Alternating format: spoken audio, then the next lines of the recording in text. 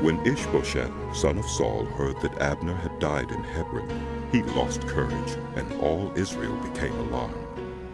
Now Saul's son had 2 leaders of raiding bands. One was named Baanah, and the other Recab. They were sons of Rimmon the Beerothite from the tribe of Benjamin. Beeroth is considered part of Benjamin, because the people of Beeroth fled to Gittaim and have resided there as foreigners to this day. Jonathan, son of Saul, had a son who was lame in both feet. He was 5 years old when the news about Saul and Jonathan came from Jezreel. His nurse picked him up and fled, but as she hurried to leave, he fell and became disabled. His name was Mephibosheth.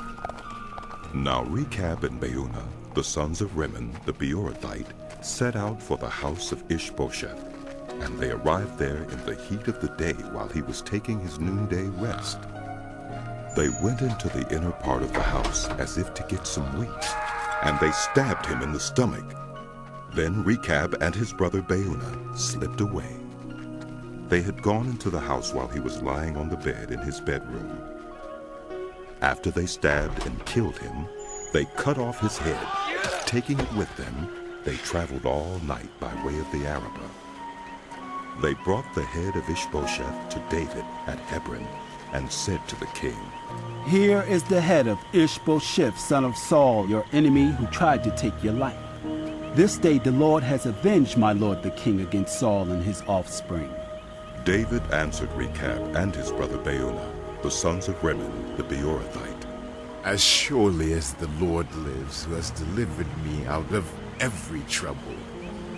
When someone told me Saul is dead and thought he was bringing good news, I seized him and put him to death in Ziklag. That was the reward I gave him for his news.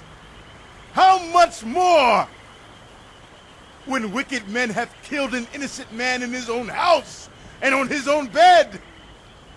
Should I not now demand his blood from your hand and rid the earth of you?"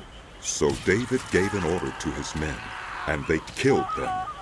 They cut off their hands and feet and hung the bodies by the pool in Hebron. But they took the head of Ish-Bosheth and buried it in Abner's tomb at Hebron.